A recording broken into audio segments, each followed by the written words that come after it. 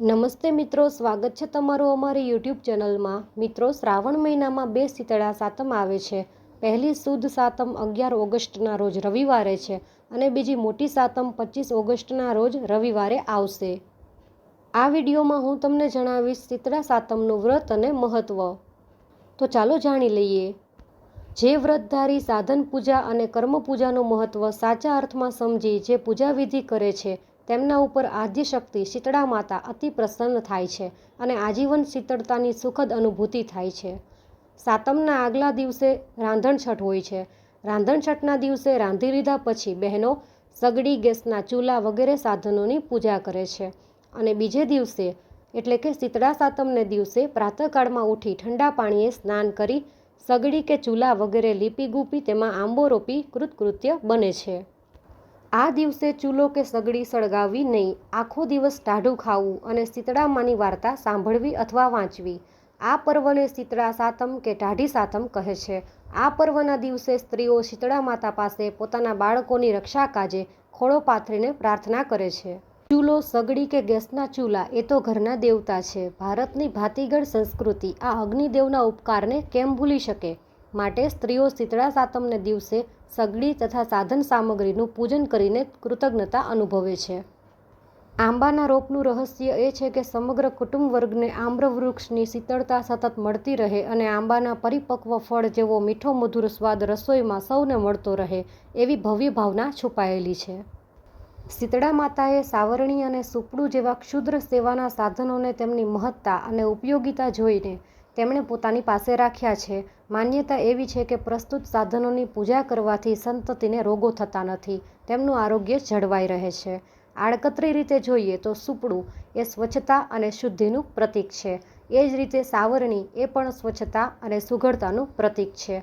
આ સાધનો દ્વારા સ્વચ્છતા અને સુઘડતા રાખવામાં આવે તો રોગોનું પ્રમાણ આપોઆપ ઘટી જાય છે, એવો આ શીતળા સાતમના ઉત્સવનો અમૂલ્ય સંદેશ છે।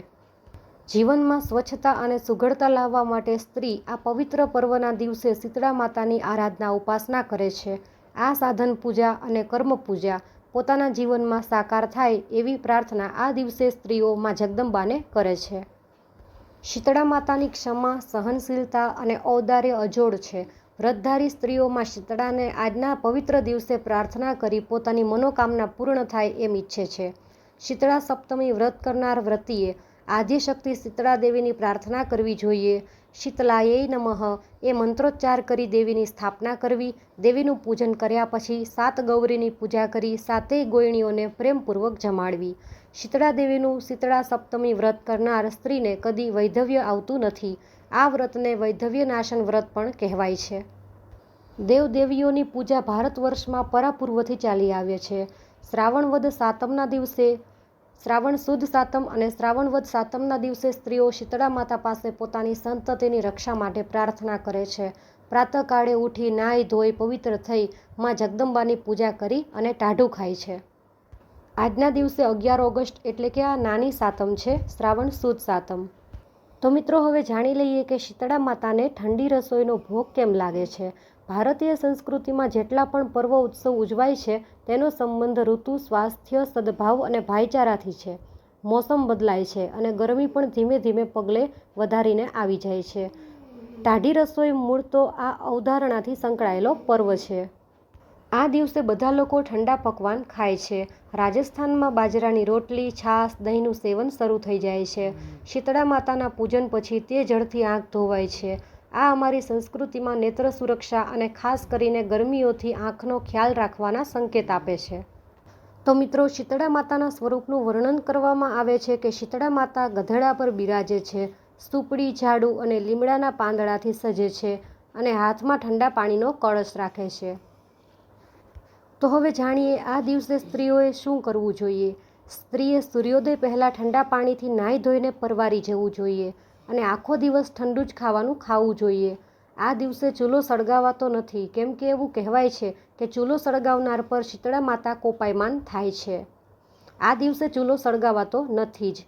લોકવાયકા મુજબ શીતળા માતાજી ઘરે ઘરે ફરે છે અને ચૂલામાં આડોટે છે।